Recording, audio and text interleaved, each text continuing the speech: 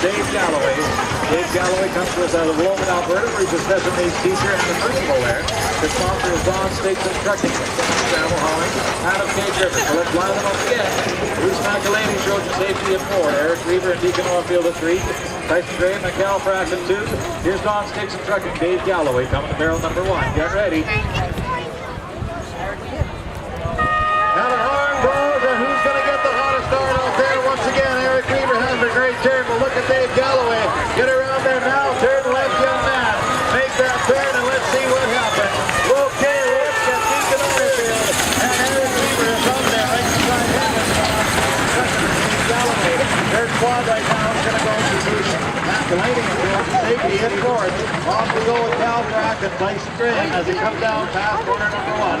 And into the second corner right now. They are taking off as they come down now into corner number 2. Still leading the pack, it's Eric Rever, but he's on the outside. He's going to have to make up right now and see if he can surpass Dave Galloway, our special needs teacher. And that's exactly what he's doing. Look at him go. He's almost a full length ahead right now. He's got time to move over. He's just going to take that lane and come into corner 3 just like that.